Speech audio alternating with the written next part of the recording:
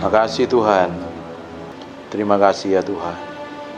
Koreksi sampai kedalaman batin kami. Dapatin kami benar di hadapan-Mu dan menyenangkan hati-Mu. Makasih ya Tuhan. Lihat sampai kedalaman batin kami. Kalau Engkau dapatin sesuatu yang najis, yang kotor, yang gak berkenan, cabut sampai ke akar-akar. Ini hidup kami, pagi hari ini kami persembahkan jadi korban yang berkenan di hadapan menyenangkan hati-Mu. Sebab Engkau saja yang layak disembah Tuhan. Engkau saja yang layak disembah, bukan yang lain. Engkau yang layak dimuliakan, Engkau yang layak ditinggikan. Terima kasih buat anugerah-Mu. Terima kasih buat anugerah-Mu. Dalam nama Yesus kami berdoa dan mengucap syukur, haleluya, amin. Amin. Hari ini kita akan belajar kebenaran firman Tuhan. Dan saya berdoa firman yang kita akan belajar ini akan merubah hidup kita. Kalau hidup kita ini gak mau berubah, kita akan ketemu problem dan masalah.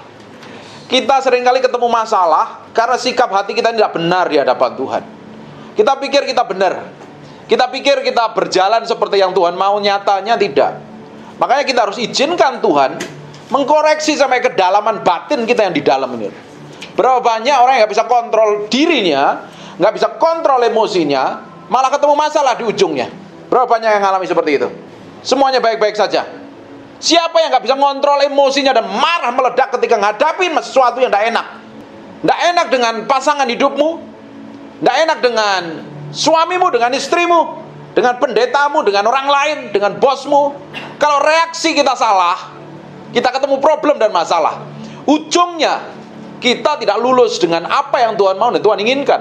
Kita akan dibawa muter karena kita belum didapatin berkenan seperti yang Tuhan mau. Kalau kita nggak bisa kontrol emosi kita, dan kita akhirnya meledak dan marah. Pernah ngalami seperti itu? Punya emosi nggak ini? Berapa orang yang pernah ngalami kayak begitu? Dan ujungnya bukan masalahnya selesai, tapi masalahnya tambah ruwet. Pernah ngalami seperti itu? Nggak bisa kontrol, kendalikan marahnya. Karena dipikir dia pinter, dia pikir dia benar. Nah, kita ambil keputusan seperti yang kita mau, nggak taunya kena masalah dan problem. Dan ternyata Alkitab di Yakobus 1 ayat yang ke-20, sebab amarah manusia tidak mengerjakan kebenaran di hadapan Allah. Tapi kita lebih suka marah daripada kita diam. Kita lebih suka ngomong daripada kita coba mendengarkan maksudnya apa, tujuannya apa. Kalau kita mendengarkan segala sesuatu tanpa kita cerna dulu dan langsung kita bereaksi, kebanyakan salah. Dan itu jadi problem dalam kehidupan kita. Semua problem dalam kehidupan kita ini, hubungan kita dengan orang lain gak baik itu, hubungan kita dengan orang lain yang gak benar itu, karena reaksi kita itu salah loh. Ngomong kita salah, sikap kita salah, dan terjadi problem di ujungnya. Ternyata amarah dan emosi yang bukan daripada Tuhan itu bikin problem dan bikin masalah. Seringkali banyak orang Kristen rajin ibadah, rajin pelayanan, ikut ibadah Zoom, online onsite dan segala macam, ribuan kali dengerin khotbah, tapi karakternya nggak berubah, nggak bisa kontrol dan kendalikan emosinya. Dia bertindak semaunya sendiri, dia bersikap semaunya sendiri, dan akhirnya tanpa disadari nyakitin orang lain. Tanpa sadar kalau sikap kita salah, kata-kata kita salah, perlakuan kita dengan orang lain salah, itu bikin problem. Kita ngomong 5 menit udah lupa. Tetapi yang kita ajak ngomong, yang kita kata-katain, yang kita perkatakan dengan perkataan yang menyakitkan tadi, seumur hidupnya bisa ingat dan susah disembuhkannya. Dan kadang kita nggak sadar, silent HP-mu, saya nggak mau dengar suara HP. Dengerin baik-baik. Kita kadang nggak sadar dengan sikap dan perbuatan kita, kita pikir semuanya baik karena kita ini merasa kudus, merasa suci, dan merasa benar sejagat raya. Kita bertindak semau kita sendiri. Kita pikir kita ini udah berkenan dan memiliki surga sendiri. Nah, kita nggak peduli dengan kata-kata kita nyakitin orang lain apa tidak. Kita nggak peduli. Dan ternyata itu melukai banyak orang. Sikap kita, tindakan kita, perbuatan kita kalau nggak sejalan dengan firman akan melukai banyak orang. Nah, kita harus belajar berubah untuk seperti itu, supaya kita ini menjadi orang Kristen, jadi berkat, bukan menjadi batu sandungan. Orang yang bisa kontrol, kendalikan emosinya dan amarahnya, pasti bikin problem. Kalau dia punya suami, suaminya pasti terluka. Kalau dia punya istri, istrinya terluka. Kalau dia berhubungan dengan bosnya atau orang lain juga akan terluka. Panggilan hidup kita sebenarnya untuk diubah menjadi serupa segambar dengan Tuhan. Kalau kita udah diubah menjadi serupa segambar dengan Tuhan, baru kita bisa jadi berkat buat orang lain. Amin. Kita nggak dipanggil untuk duduk-duduk di gereja, nggak ngerti apa-apa. Bertahun-tahun kelakuannya tambah buruk, tambah jelek, mulutnya kasar. Kita dipanggil untuk berubah karakter kita, sikap kita, tindakan kita, perbuatan kita itu harus menjadi serupa segambar dengan Kristus. Katakan serupa segambar dengan Kristus. Tapi kalau kita nggak bisa kontrol dan kendalikan, ujungnya kita menjadi orang yang emosian, orang yang gampang tersinggung, gampang marah, sensitif sekali. Dengerin baik-baik. Dengerin baik-baik. Kalau kita ini gampang sensitif dan tersinggung dengan sikap perkataan orang lain, ada yang masalah dengan hatimu. Ada problem dengan hidupmu. Kalau kita gampang tersinggung dan gampang marah, berarti ada sesuatu luka di masa lalu yang belum dibereskan dan harus dibereskan. Kalau luka itu belum dibereskan, itu akan selalu kita teringat dengan sikap, perbuatan, tindakan orang lain, dan akhirnya kita nggak stabil emosi kita. Segala sesuatu yang bikin trauma yang di dalam ini karena perlakuan buruk orang lain di masa lalu yang belum dibereskan, itu selalu bikin masalah di masa yang akan datang. Makanya hidup kita itu harus merdeka. Kita harus memiliki emosinya Kristus. Amin. Kalau tidak, kita akan jadi problem buat orang lain. Bergaul dengan siapapun selalu bermasalah. Orang itu kalau bergaul dengan siapapun selalu problem, selalu bermasalah, selalu gegeran, selalu berantem. Ada yang salah loh dengan hidupnya. Kalau orang itu belum dibereskan, pasti ada luka di masa lalu yang belum kelar, dan harus hari ini beres di hadapan Tuhan. Nah, kalau enggak nanti kita jadi orang yang suka marah. Dipotong mobil, nyetir sedikit marah. Istri cerewet marah. Suami pulang telat marah. Nggak dikasih duit marah. Rata-rata istri kalau nggak dikasih duit marah ya. Marah apa enggak? Gimana kamu? Dikasih duit marah enggak? Tapi puji Tuhannya setiap bulan saya kasih duit. Kita harus jadi orang yang bisa stabil di dalam Tuhan. Karakter kita itu semakin hari semakin tenang. Bukan orang yang emosian meledak-ledak. Orang bisa rajin ke gereja, tapi di luaran sana prakteknya bisa meledak, emosinya meledak, gak terkontrol, gak mengendalikan. Dengerin baik-baik. Kalau kita ini punya gampang meledak nih, kita ditekan sedikit meledak nih. Kita disinggung sedikit marah gitu. Suatu hari akan meledak loh. Dan jadi problem loh. Ada orang yang di sini ngalami yang seperti ini.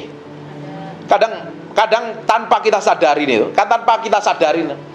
Kalau kita konflik dengan orang, atau orang memperlakukan kita nggak seperti yang kita inginkan, nggak seperti yang kita maui, kita kadang kesel kan. Bisa kesel itu bisa dinetralisir tiba-tiba, ayo, nggak apa-apa lah. Semua orang lagi dalam proses menjadi sempurna seperti Yesus Kristus. Tapi ada orang-orang tertentu nggak bisa terima dengan hal seperti itu. Dipindem, dem, terus lama-lama meledak, bam, dan terjadi problem. Kalau terjadi seperti itu, hatimu perlu dibereskan di hadapan Tuhan. Harus dibereskan di hadapan Tuhan. Amin. Matius 5 ayat yang ke-22.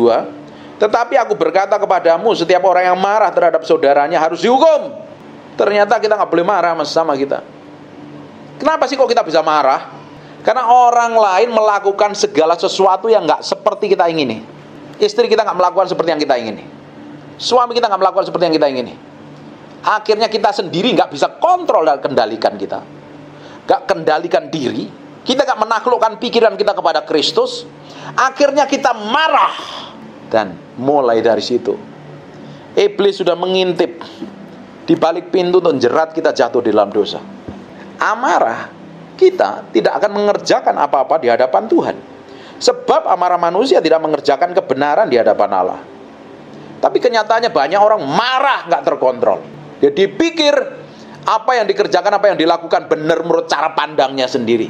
Tapi di cara pandang Tuhan nggak benar. Kita tuh jangan merasa benar menurut cara pikir kita sendiri loh. Karena kebanyakan kita punya asumsi menurut diri kita benar, tapi belum menurut Tuhan belum tentu benar. Jadi segala sesuatu yang kita mau kerjakan, mau kita lakukan, yang mau kita perbuat, bahkan apapun yang mau kita perkatakan, harus sesuai dengan apa yang Tuhan mau. Baru hidup kita akan jadi berkat. Kalau tidak, kita akan jadi batu sandungan. Pasti akan jadi batu sandungan. Pasti. Padahal hidup kita dipanggil untuk jadi berkat bagi banyak orang. Dari semua tindakan, perkataan, perbuatan kita, tingkah laku kita ini harusnya memberkati banyak orang. Dan nama Tuhan dipermuliakan melalui kehidupan kita. Real nggak hidup kita hari ini mempermuliakan nama Tuhan?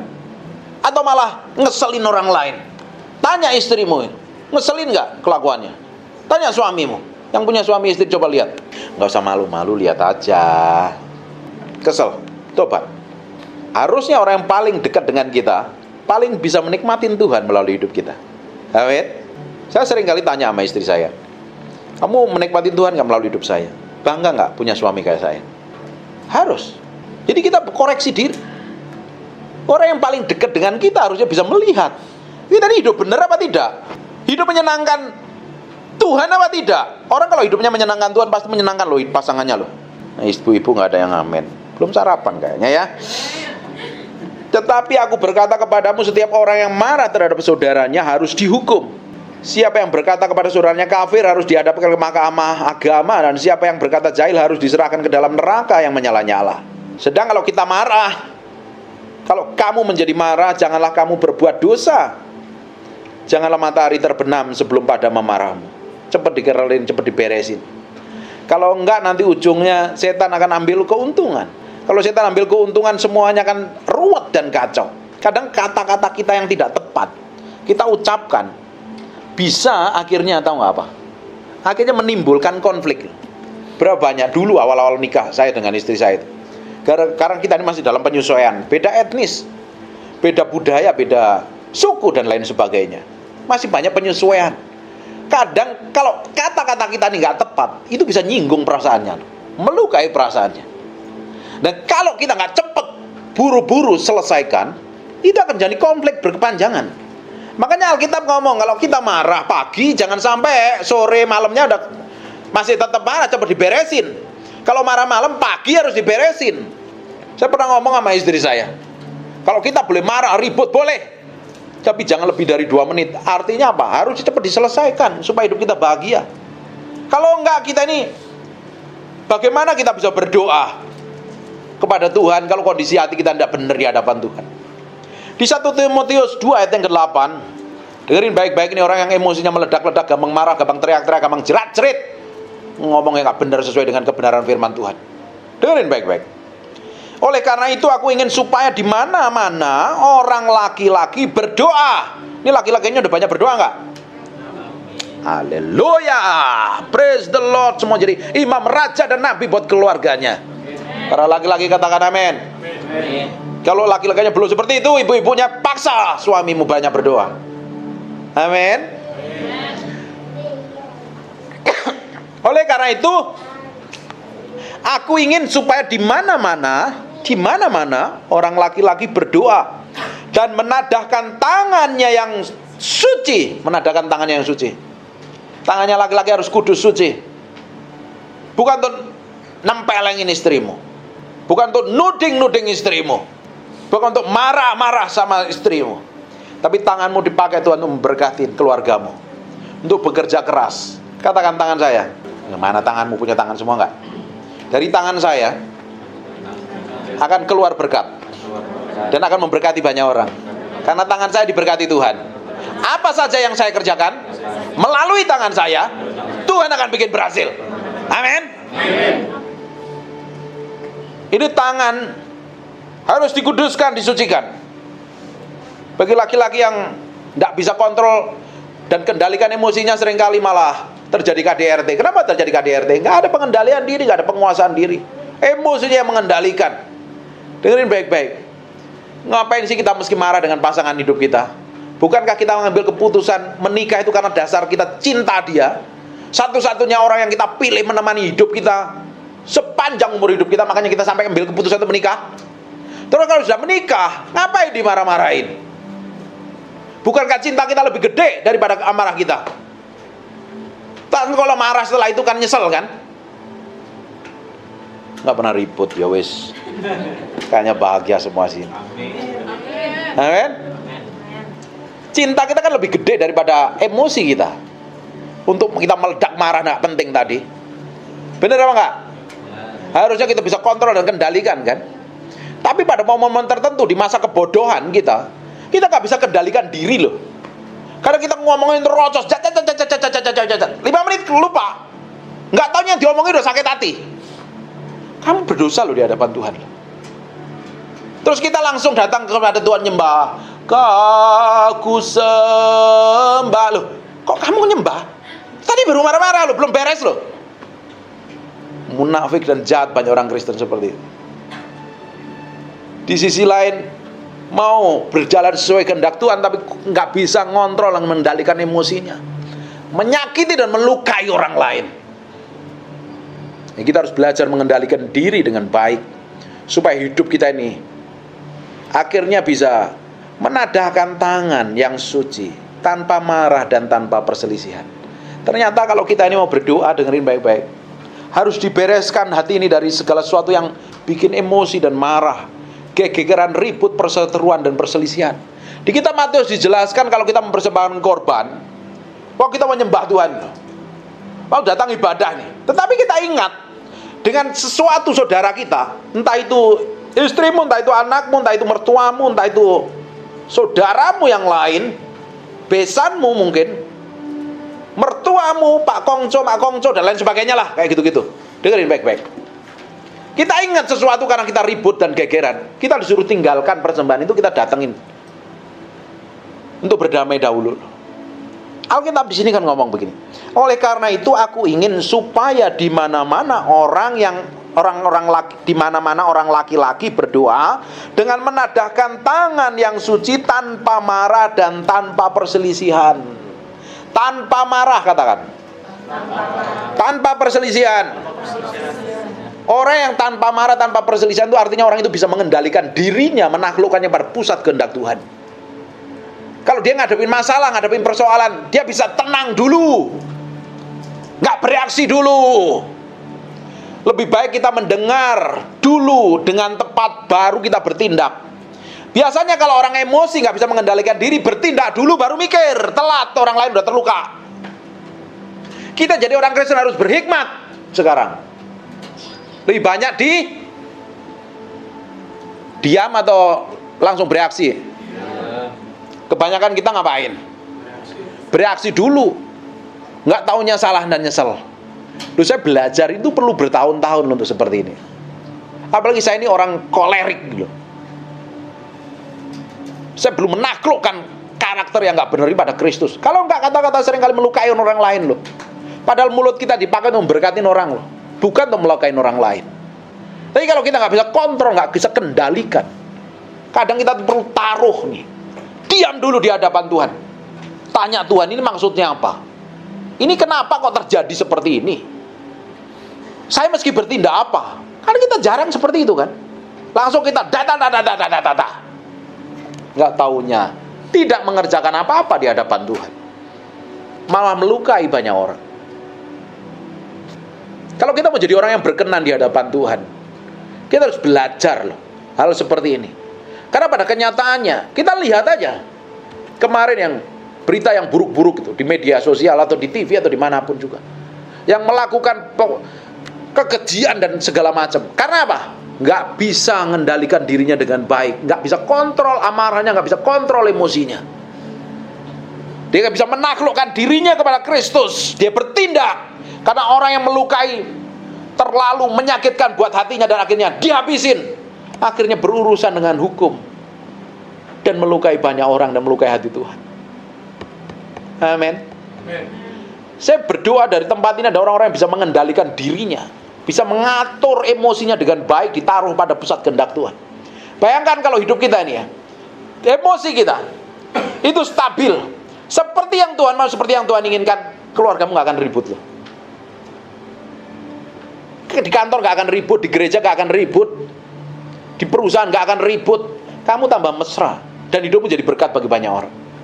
Coba perhatikan, banyak orang yang suka ribut, yang suka ngomong banyak gitu loh.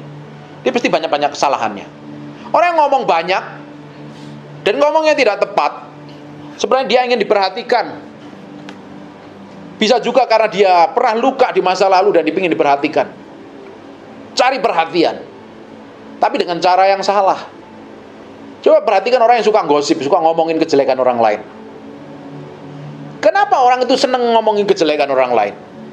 Karena merasa dirinya benar, merasa dirinya hebat, merasa dirinya pinter. Makanya berhak menghakimi orang lain menurut cara pandangnya. Bayangkan, kalau kita ngomongin sesuatu yang gak benar, kita udah melanggar hukum Allah yang ke-9. Apa hukum Allah yang ke-9? Di Keluaran coba, pasal yang ke-20. Hukum Allah yang ke-9 apa? Itu cari sendiri. Kita harus belajar hidup menaruh segala sesuatu ini pada pusat kehendak Tuhan. Bayangkan kalau hidup kita ini tanpa perselisihan dengan orang lain, hidupmu bahagia, hidupmu akan tenang. Kenapa sih kok kita bisa berselisih? Karena kita pikir semua orang harus setuju dengan kita, semua orang harus suka dengan kita. Padahal gak semua orang suka dengan kita. Kalau orang yang suka gosip, kerjaannya ngapain? Mengucapkan saksi dusta kepada sesamamu loh, tukang gosip itu, tukang jelekin orang lain. Udah melanggar hukum Allah yang ke-9. Dan itu disukain orang. Kenapa kok orang suka jelekin orang lain? Merasa dirinya benar, merasa dirinya pintar, merasa dirinya hebat. Apalagi yang jelek itu punya dosa, punya kesalahan. Wah, rasanya. Padahal dosa di hadapan Tuhan. Kita akan lihat ya, di Yakobus pasal 1 ayat yang ke-19.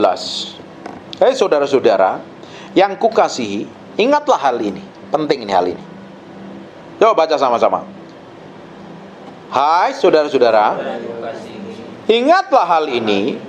Setiap orang hendaklah cepat untuk mendengar, tapi dan juga lambat untuk. Tapi kita kebanyakan kebalikannya, betul apa enggak? Dan setelah marah, yang kamu marahin terluka, akhirnya tetap harus minta maaf kan? Benar apa enggak?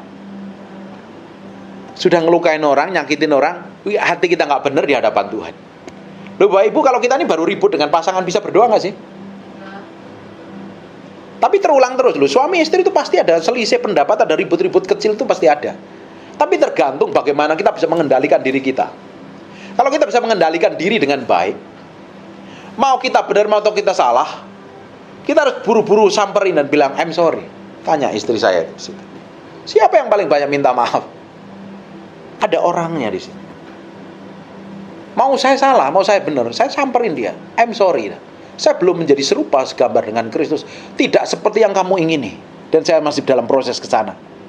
Tapi kebanyakan kita akan nuntut orang lain seperti yang kita mau. Kalau kita nggak dapatin orang lain melakukan seperti yang kita mau, kita marah, kita kesel. Yang rugi siapa kira-kira?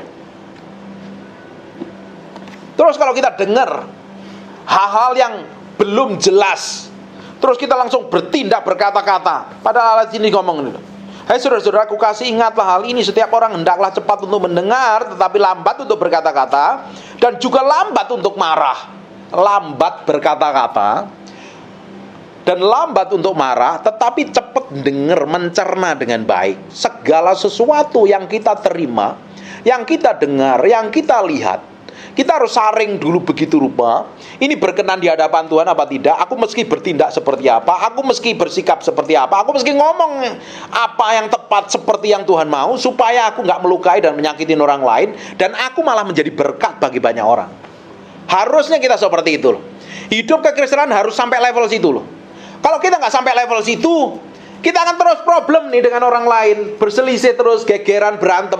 Karena kita akan selalu diperhadapkan dengan orang-orang di sekitar kita kan, dipertemukan kan, besi menajamkan besi, manusia menajamkan sesamanya. Tapi kalau kita nggak tahu proses penajaman itu, reaksi kita salah, kita akan babak belur loh. Amin. Tuhan selalu bentuk kita melalui orang di sekitar kita, siapapun itu namanya, siapapun itu orangnya. Hanya reaksi kita ini harus benar dulu, karena kita disempurnakan melalui orang-orang di sekitar kita. Reaksi kita terus benar. Tapi kalau reaksi kita salah, kita akan ngulang proses itu sampai kapanpun juga akan ngulang terus, dan gak akan pernah mencapai destinasi Tuhan. Apalagi orang yang gak bisa kontrol dan kendalikan emosinya, meledak-ledak, marah, nggak memiliki hikmat, pengertian, dan pengetahuan. Apa kira-kira orang itu nggak ketemu problem? Ketemu problem. Dengerin baik-baik ya. Di Matius 5 ayat yang ke-22 tadi. Tetapi aku berkata kepadamu, setiap orang yang marah terhadap saudaranya harus dihukum. Kita akan lihat apa yang dilakukan Kain. Di Kejadian 4 ayat yang ke-5. Tetapi Kain dan korban persembahannya tidak diindahkan. Lalu hati Kain menjadi sangat panas dan mukanya muram. Marah nggak ini? Marah nggak ini? Marah. Ayat yang ke-6, perhatikan. Firman Tuhan kepada Kain, mengapa hatimu panas dan mukamu muram? Orang yang suka marah, mukanya berubah. Manis atau ketus? Muka saya itu ketus itu karena saya ngomong kebenaran, tapi kan tetap manis kan. Tapi kalau orang marah emosi, mukanya langsung berubah, nggak sedap dilihatnya. Kata orang kecut, nyebeli, tiba-tiba mukanya sedikit monyong katanya. Kenapa saya seperti itu? Mukanya muram. Kenapa mukanya muram? Hatinya nggak benar. Orang yang hatinya panas, mukanya muram loh. Berubah. Ayo kita liburan ke Bali. Ayo kita ke pantai. Enggak. Ayo kita makan. Enggak. Loh kenapa kamu? Kesel aku. Sama siapa? Tadi di Cikarang kesel. Loh kamu kan liburan di Bali, kok di Cikarang mau dibawa-bawa ke Bali buat apa? Berapa banyak orang seperti itu? Kita marah di kantor, kita bawa pulang ke rumah karena kita bisa kontrol emosi kita. Orang rumah kan bisa kena marah. Kita ribut dengan istri kita. Orang di kantor yang punya pabrik, punya toko, yang punya perusahaan, yang punya apapun juga ikut kena. Pernah ketemu orang seperti ini? Kenapa nggak bisa? Nggak bisa mengendalikan dirinya dengan baik. Selalu bikin problem. Yo marahnya sama siapa, yang lain kena semua loh. Kalau orang Kristen seperti itu, orang Kristen nggak ada pengendalian diri, nggak mencerminkan karakter Yesus Kristus sama sekali. Orang-orang model kayak begini, bagaimana bisa mencapai destinasi Tuhan? Bagaimana bisa diurapin Tuhan? Bagaimana bisa dipakai dalam level yang berbeda, mencapai kehendak Tuhan seperti yang Tuhan inginkan, seperti Tuhan mau? Karena apa? Marah, meledak-ledak, gak terkontrol.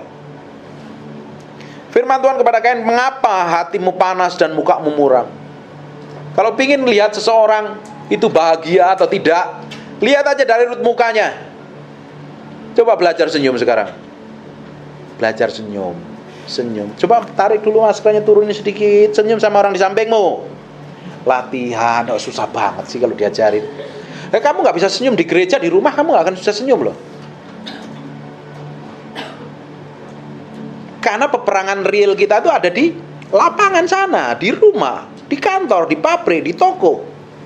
Itu latihan peperangan kita. Lalu kita di sini yang ada hadirat Tuhan, kita susah senyum. Apalagi dengan di rumah, ketika tagihanmu pada turun semua dan uang belum ada masuk, bagaimana kamu bisa senyum? Kalau nggak ada tagihan, artinya diberkati luar biasa.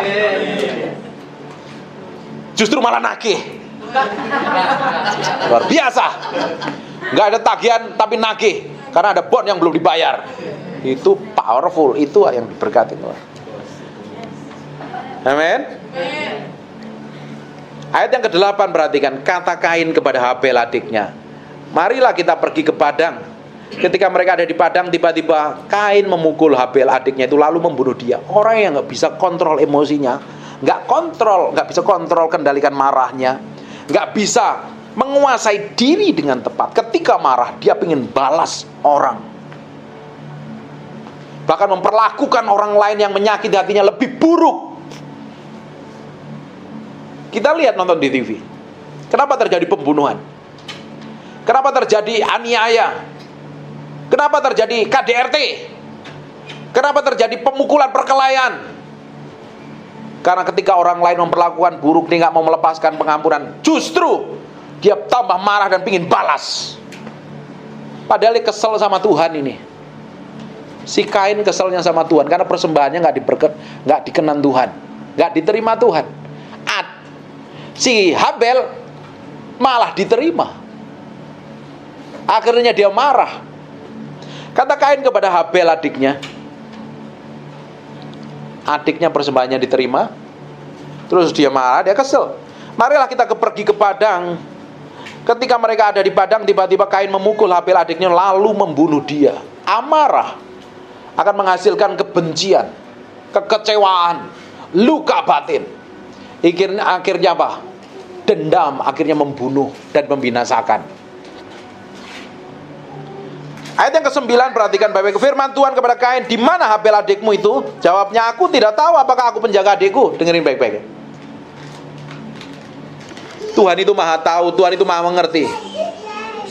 Tuhan itu tahu, Tuhan itu maha mengerti. Tuhan tahu loh apa yang dilakukan oleh Kain. Bukan berarti kalau Tuhan tanya Tuhan nggak ngerti. Tuhan tahu, tapi Tuhan ingin kejujuran, ketulusan, kemurnian dari dalam hatinya. Ayat yang ke-9 perhatikan ya. Firman Tuhan kepada Kain, di mana Habel? Tuhan adalah maha tahu kok, Tuhan maha ngerti kok. Mau KKR dia rupanya.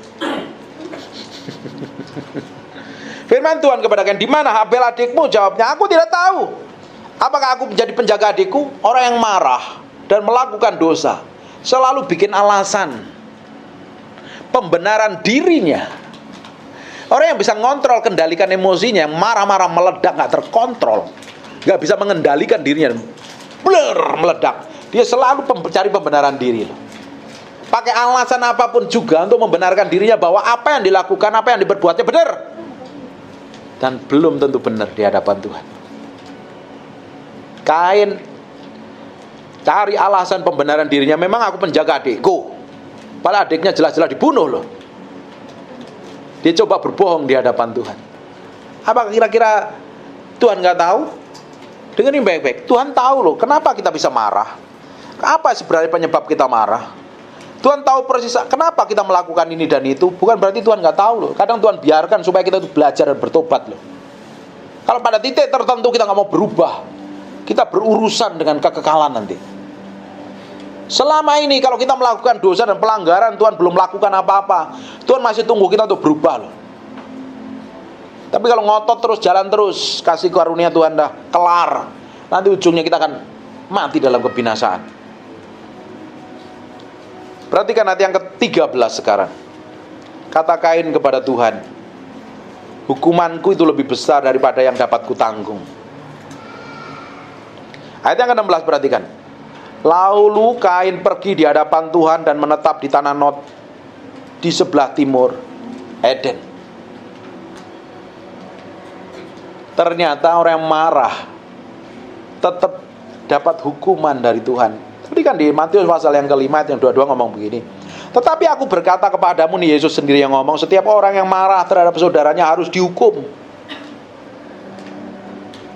Kita akan lihat apa yang dilakukan oleh Esau di Kejadian 27 ayat 41. Esau menaruh dendam kepada Yakub karena berkat yang telah diberikan oleh ayahnya kepadanya.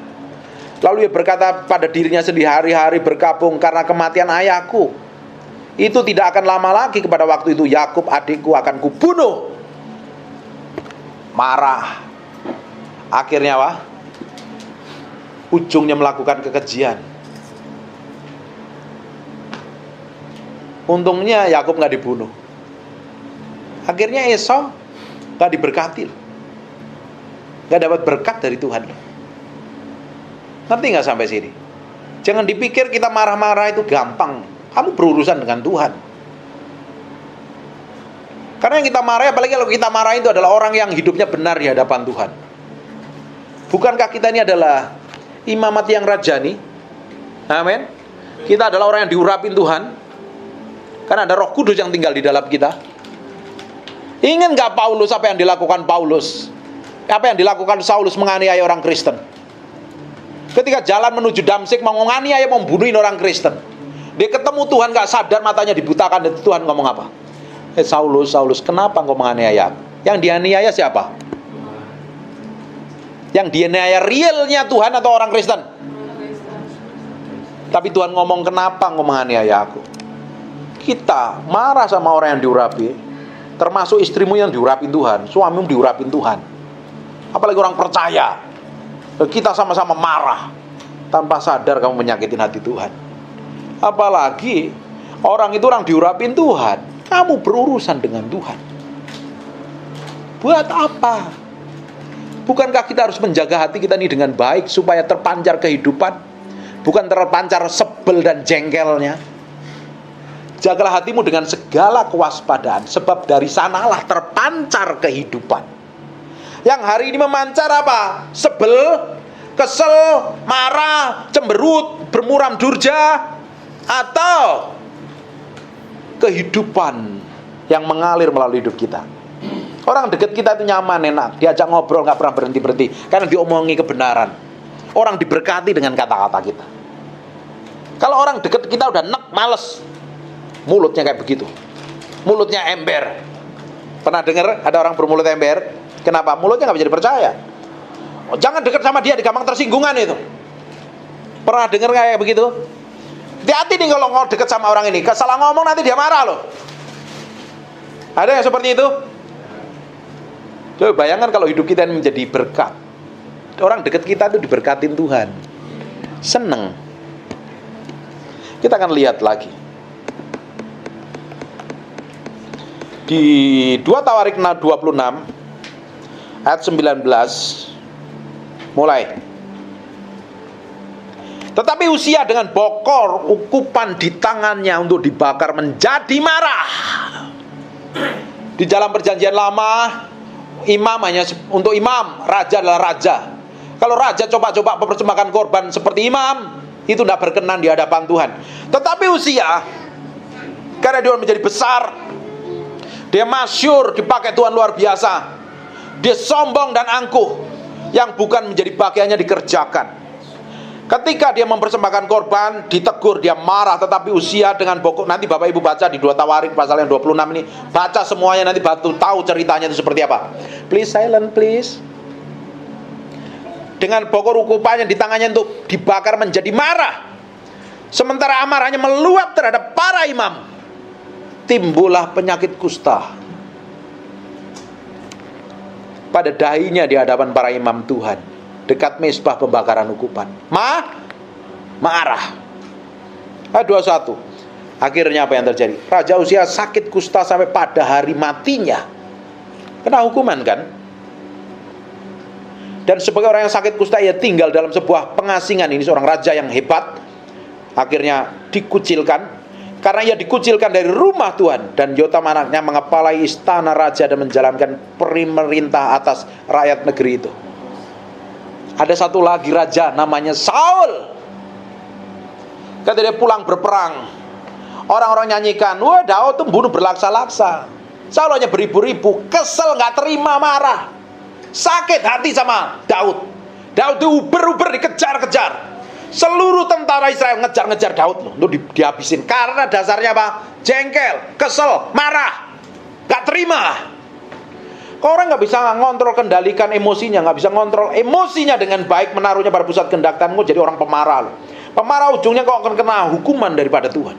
Tahu gak matinya Saul kenapa? Bunuh diri mengerikan. Mati. Dan roh Tuhan undur daripadanya, langsung dirasuk setan. Amin.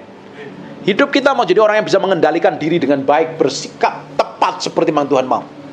Jangan banyak ngomong kalau nggak ngerti apa-apa, lebih baik diam. Baru perlahan-lahan menaruh hati kita ini sepenuhnya di hadapan Tuhan. Ini nggak langsung bim salah bim bisa. Ini by proses hari demi hari. Semakin kita kenal kebenaran, semakin kita bergaul dengan Tuhan, semakin kita ngerti firman, harusnya tambah hidup kita tambah bisa mengendalikan diri dengan baik. Harusnya tambahnya karakter Kristus semakin manifestasi melalui kehidupan kita. Amin. Di Kejadian 4 ayat yang ke-7, perhatikan baik-baik. Ini kembali ke ceritanya si Kain dan Habel. Apa kamu tidak akan berseri jika engkau berbuat baik? Harusnya kita banyak berbuat baik daripada ngomel-ngomel, gerutu, ngomel, ngeluh, kesel dengan yang lain. Kalau kita berbuat baik sama orang, muka kita pasti senyum, berseri-seri, senang.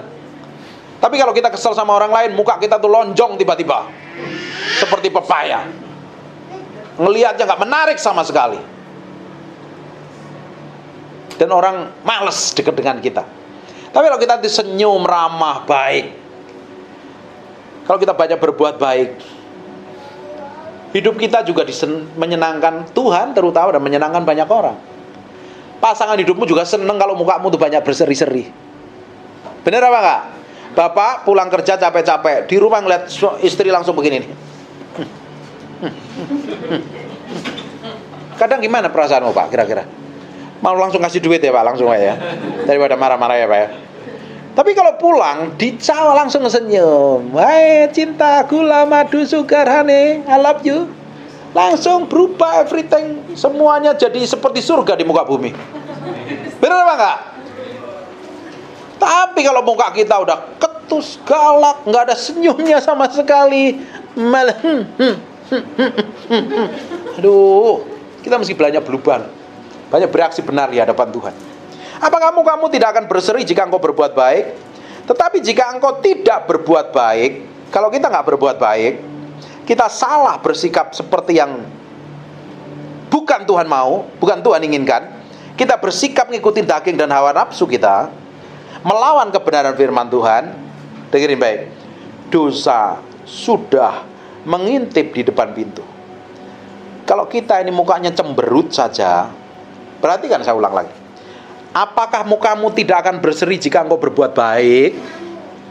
Tetapi jika engkau tidak berbuat baik, dosa sudah mengintip di depan pintu, di balik pintu, di depan pintu malahan ngintip.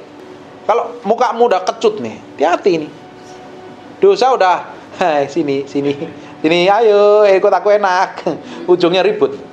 Sekarang kalau mulai kesel nih, karena kita selalu akan diperhadapkan dengan yang mengesalkan hidup kita kan. Kan gak semua orang nyenengin kita. Kita akan selalu diperhadapkan hal menyebalkan loh. Karena dikirim memang sengaja Tuhan kirim orang menyebalkan dalam kehidupan kita. Ngeselin, jengkelin, kata orang Surabaya itu bencek no. Tahu gak supaya apa? Supaya kita tuh belajar bersikap seperti Tuhan. Ketika Bapak Ibu pingin kesabaran, dikirim apa? 2 karung kesabaran di kamarmu? Atau dikirim orang yang paling nyebelin? Ketika kita pingin jadi orang yang mengendalikan diri dengan baik dan bisa senyum ramah, tiba-tiba ada orang yang jengkelin dan marah-marah sangat menuduh fitnah dan melakukan buruk. Benar apa enggak? Tapi kan reaksi kita harus benar. Tuhan itu bawa kita naik level demi level dan diperhadapkan masalah demi masalah. Respon hati kita harus benar di hadapannya. Kalau Bapak Ibu ingin tahu asli hatimu itu seperti apa, aku ini cinta Tuhan apa enggak sih sebenarnya? Aku ini orang yang bisa mengendalikan diri apa enggak sih? Mulutku tuh isinya firman apa tidak sih?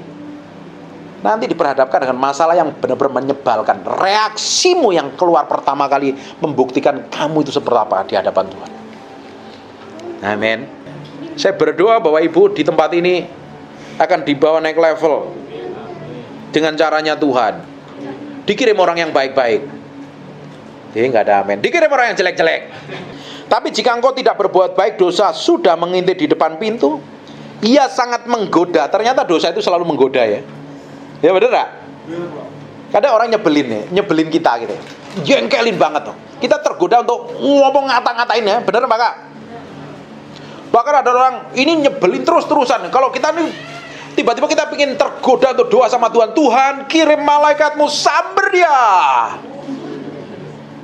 Ada yang pernah kalau marah seperti itu kan? Loh saya itu ngonselingin orang tuh ada. Pak kalau bisa tuh dicabut nyawanya. Ngawur saya bilang. Iya kan? Tahu gak kenapa? Karena kita tuh tergoda untuk bisa balas kalau ada orang nyakitin. Kalau ada orang ngata-ngatain kita itu, kalau bisa kita kata-katain lebih baik, lebih tajam dan nyakit sampai tembus jantung itu. Daging loh. Tetapi ketika kita di dalam Tuhan, kita harus belajar mengendalikan diri dengan baik. Coba berkatakan, ada orang ngomong begini. Pernah kan ada orang ngomong begini. Kalau ada orang baik sama saya akan lebih baik. Tapi kalau ada orang itu jahat sama saya akan lebih jahat. Pernah dengar seperti itu? Sering kan itu di media sosial orang ngomong seperti itu? Ya kayak begini ini. Dosanya begitu menggoda, menjerat orang untuk membalas sesuatu yang lebih jahat ketika orang menyakitin. Padahal orang itu tidak ada pengendalian diri sama sekali. Dulu saya pernah. Dulu masih muda, sekarang juga masih muda. Dulu lebih mudah. Waktu itu ketika ada kita nyetir kan, zaman-zaman muda dulu. Sekarang udah agak lebih dewasa lah ceritanya. Lebih bisa mengendalikan diri dengan baik. Ketika dipotong, tiba-tiba ada orang memotong kan, di tol, memotong itu kita kaget gitu. Wah, langsung jadi fast and furious. Kejar balik, guys, gitu kan. Dulu, sekarang udah enggak, ini biarin aja. Mungkin istrinya mau hamil atau mungkin dia lagi kebelet pengen ke toilet. Udah sekarang kita itu ada istri saya, wes biarin aja lah. Banyak berubah, kita itu harus banyak berubah. Karena apa? Kalau kita orang ngeselin kita coba pingin melakukan yang lebih lagi kalau bisa. Karena begitu menggoda, dosa itu menggoda. Kalau ada orang ngata-ngatain gitu ya, ngata-ngatain merendahkan kita, kalau bisa kita rendahkan serendah-rendahnya. Kalau bisa kita senjek, no. Rasanya daging, rasanya puas gitu. Pernah apa enggak? Kita yang ngomong pernah ngalami, makanya udah bisa khotbah. Udah bertobat ini yang ngomong ini. Ada orang kadang memperlakukan buruk sama kita, atau sikapnya ketus. Kalau bisa kita ketus lagi. Ketemu dia langsung, apa lo? Dosa itu selalu menggoda, menjerat kita begitu rupa. Karena kelihatannya baik, kelihatannya enak, tapi ujungnya maut yang mengerikan. Salah satunya dosa seksual. Itu kan dosa yang paling enak. Ngelihat rumput tetangga lebih rimbun, nggak taunya di dalamnya banyak ular dan kalajengking, ular kobra dan beracun. Benar apa enggak? Dosa selalu narik orang, begitu kita tertarik dan kita terkam, doret kita ambil untuk melakukannya itu, kita udah terjerat dan jatuh di dalam dosa. Adik-adik bisa please silent ya, tenang, please silent, please silent, please silent. Sebentar lagi selesai. Tetapi engkau harus berkuasa atasnya. Dosa tidak boleh menguasain kita, tapi kita harus berkuasa. Kita tidak akan bisa berkuasa kalau kita nggak nempel sama Tuhan. Kalau kita nggak bergaul dengan firman. Yohanes 3 yang Yohanes 8 ayat 32. Oh, buka Yohanes 8 ayat 32. Yohanes 8 ayat 32. Coba. Kebenaran yang kita ketahui, kebenaran itu akan memerdekakan kita. Dan kamu akan mengetahui kebenaran. Kalau kita ngerti kebenaran, dan kita harus paksa ngerti kebenaran, hidup dalam kebenaran. Amin. Amin. Kita harus belajar kebenaran. Kalau nggak tahu kebenaran apa, dengerin khotbah saya aja di YouTube. Kalau belum subscribe. Biar rajin dengar khotbah saya. Pasti kamu ngerti kebenaran, karena saya khotbah tentang kebenaran. Saya nyingkapkan banyak kebenaran yang orang nggak tahu. Karena kita ngerti kebenaran yang kita mengerti ini, kebenaran yang akan memerdekakan kita dari belenggu cara pikir, cara pandang, sikap, kelakuan dan tindakan yang nggak sesuai firman Tuhan. Kita ngerti kebenaran, kita lakukan, dan akhirnya kita hidup menyenangkan hati Tuhan. Kalau kita nggak ngerti kebenaran, kita mau lakukan apa? Benar apa enggak? Apalagi kalau malas baca Alkitab. Bapak Ibu, kalau malas baca Alkitab, ada solusi sekarang. Dengerin khotbah, terutama khotbah saya. Oh, kan saya ngomong firman. Kan banyak orang malas baca Alkitab kan? Dengerin khotbah, sih simple. Kita ngerti kebenaran, hidup kita pasti dirubah. Ketika kita ngerti kebenaran, kita pasti berubah. Hari ini ngerti kebenaran. Saya berdoa dari sini ada orang yang bisa seperti Yesus loh. Kelakuan, sikap, dan tindakannya. Menguasai diri dengan tepat. Ngomong dengan tepat. Bersikap dengan tepat. Tiba-tiba pulang mesra semuanya dengan pasangannya. Suaminya tiba-tiba jadi romantis karena ngerti kebenaran. Nggak ngomong ketus lagi. Istri-istri nggak ada yang amin. Dibelain nggak ada yang bilang amin ya. Suamimu tiba-tiba ngomongnya mesra. Biasanya panggil nama, tiba-tiba panggil sayang. Cinta, gula, madu, sugar, rayuan pulau kelapaku. Ngomongnya baik, sikapnya baik. Suaminya juga tiba-tiba romantis. Istri juga biasanya nyap. Tiba-tiba kamu kurang tepat untuk melakukan inilah. Biasanya langsung jet. Ini kok kayaknya tidak tepat. Ngomong itu penuh kebijaksanaan. Orang yang bisa mengendalikan diri itu mengatur kata-katanya tepat loh. Nggak menyakitin orang lain. Kalau kita bisa mengendalikan diri dengan baik, kita lambat untuk berkata-kata. Kenapa kok kita lambat berkata-kata? Lebih cepat mendengar. Kita ngatur kata-kata kita ini biar supaya tepat seperti yang Tuhan mau. Supaya orang diberkati dan supaya orang bisa diubahkan. seperti yang Tuhan mau. Tapi kalau kita ngomongin serampangan, kata-kata yang nggak teratur, melukai banyak orang. Amin.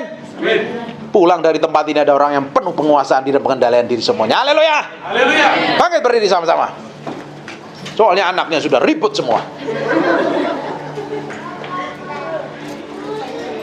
Terima kasih Tuhan, kami kembalikan segala hormat, pujian, pengagungan buat Engkau Raja yang Maha Mulia.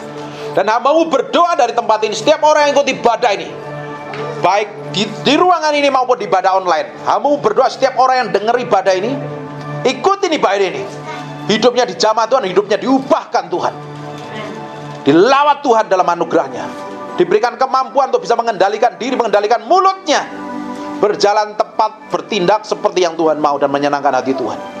Berkati semuanya tanpa terkecuali, nama Tuhan dipermuliakan terus dalam nama Yesus. Terima kasih Tuhan, kami kembalikan semuanya untuk hormat kemuliaan bagi nama-Mu. Kami materaikan firman ini dengan darah anak domba Allah. Kami materaikan firman ini dengan darah anak domba Allah, terpahat dalam loh batin kami yang paling dalam. Saya firman ini jadi kehidupan, dan hidup kami berkemenangan di dalam Tuhan. Terima kasih buat firman-Mu. Semua untuk hormat kemuliaan bagi nama Tuhan. Dalam nama Yesus, semua yang diberkati Tuhan katakan Amen. And God bless you. Kasih tepuk tangan yang meriah buat Yesus.